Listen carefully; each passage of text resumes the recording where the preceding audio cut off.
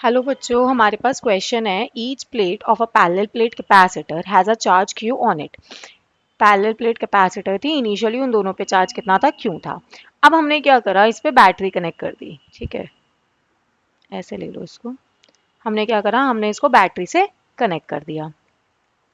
अब वो क्या बोल रहा है, बैटरी से कनेक्ट करने के बाद which of the following statement is और आर करेक्ट।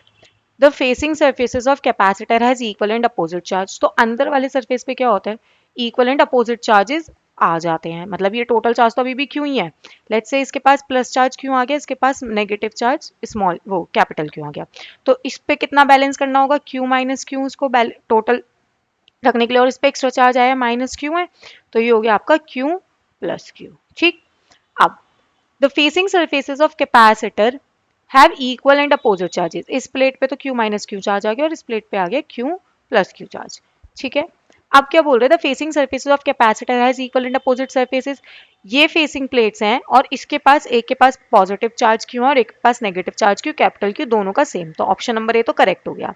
अब बात करते हैं सेकंड ऑप्शन की। The two plates of capacitor has equal and opposite charges. तो दो प्लेट्स ऑफ कैपेसिटर के पास इक्वल एंड अपोजिट चार्जेस नहीं होंगी।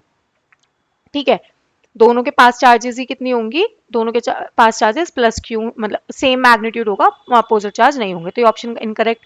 अब the battery supplies equal and opposite charges to the two plates.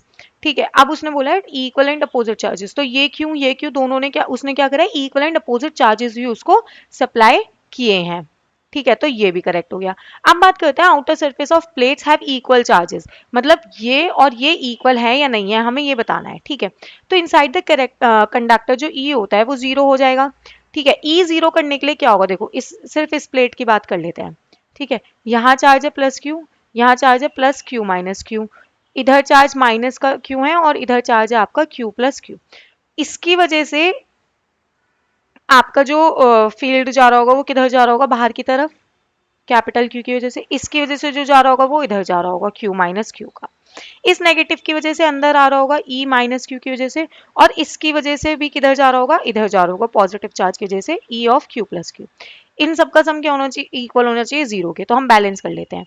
E of Q plus E of Q by Q is equal to E of Q minus Q plus E of minus Q. कितना हो जाएगा ये, Q by epsilon naught plus Q plus capital Q by epsilon naught is equal to, ये हो गया Q minus Q by epsilon naught, और ये हो जाएगा आपका plus Q by epsilon not.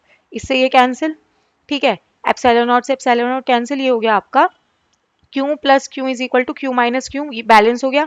इसका मतलब हमारे आउटर सरफेस पे भी चार्ज क्या है, इक्वल है। ये वाली चीज ना हम यहाँ से भी प्रूव कर सकते हैं कि जो क्यू है वो इक्वल एंड अपोजिट सेम है या नहीं है।